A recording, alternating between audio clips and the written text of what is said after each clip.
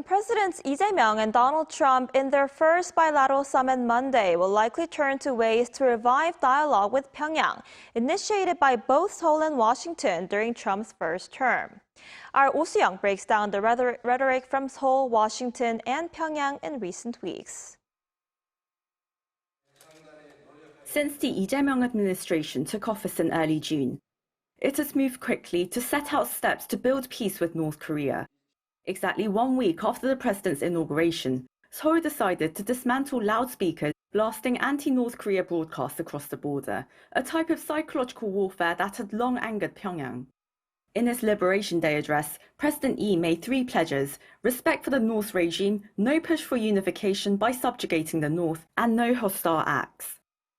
Again, these are not new wordings. It's from the 1992 Inter-Korean Accord about reconciliation. So he's reusing a 30 years old language in order to make sure that he is not going around the Constitution, seeing that unification is a goal. But reading between the lines, he is actually stating that he will not pursue unification proactively within his term, looking at how he is saying that we should not focus on faraway future. We have to do something gradual and smaller to the extent that you focus on risk management. It seems like Seoul also pledged to revive the 2018 pact to reduce military tension along the border.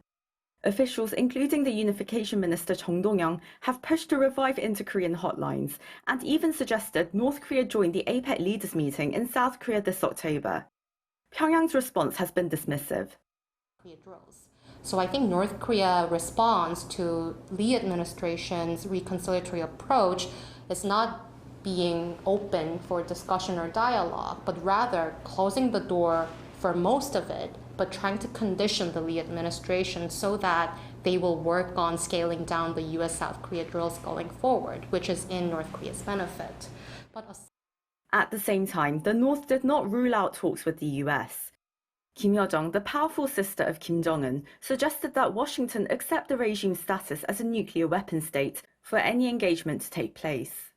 Washington has, quote, noted with interest Kim Yo-jong's remarks, while maintaining its firm stance on deterrence and denuclearization.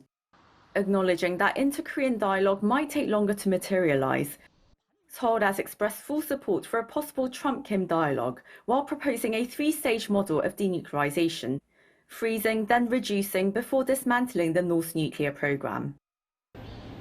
Quite notably, Foreign Minister Cho Hyun has clarified that inter-Korean diplomacy will be pursued in parallel with US-North Korea talks.